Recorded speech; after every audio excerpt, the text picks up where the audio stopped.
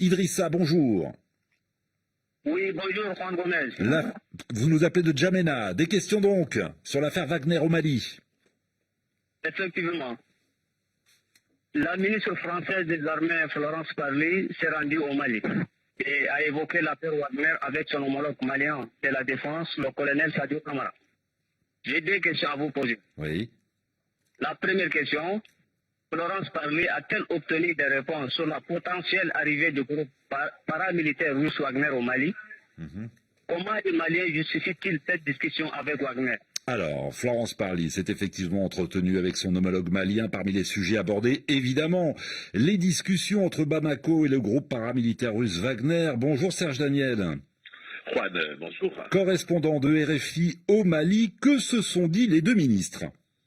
Alors, d'après nos informations, Juan, il y a eu deux entretiens. Le premier entretien entre les deux ministres avec leurs délégations respectives et un entretien tête-à-tête. Au cours du premier entretien, selon des témoins interrogés séparément, le ministre malien a déclaré que rien n'a été signé à ce jour avec la société militaire privée russe Wagner.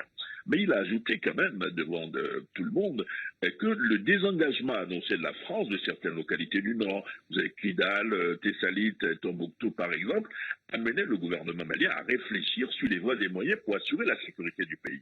Alors là, Madame Parly a pris la parole devant les deux délégations pour répondre. La France ne quitte pas le Mali, mais réadapte avec ses partenaires le dispositif militaire. Maintenant, officiellement, on ne sait pas ce que les ministres se sont dit lors de le tête-à-tête, mais une source malienne très informée nous a dit que le ministre malien de la Défense, Sadio Kamara, n'a pas clairement dit, je cite, « Nous n'allons rien faire avec Wagner ».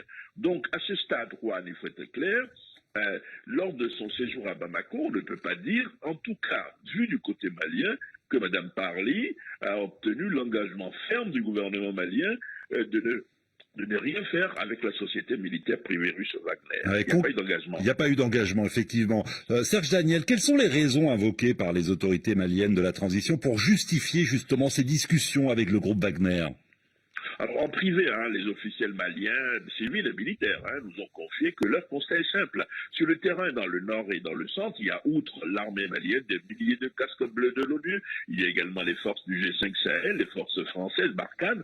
En face, quelques centaines de djihadistes sans les moyens des forces étrangères et de l'armée malienne. Et malgré cela, on n'arrive pas à vaincre l'ennemi et qu'il faut peut-être chercher un autre médicament pour vaincre le mal.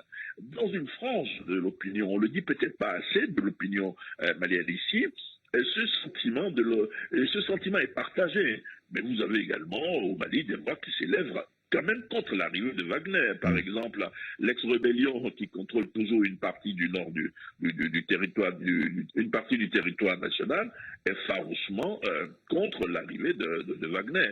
Vous voyez, ici, le débat ne fait que commencer.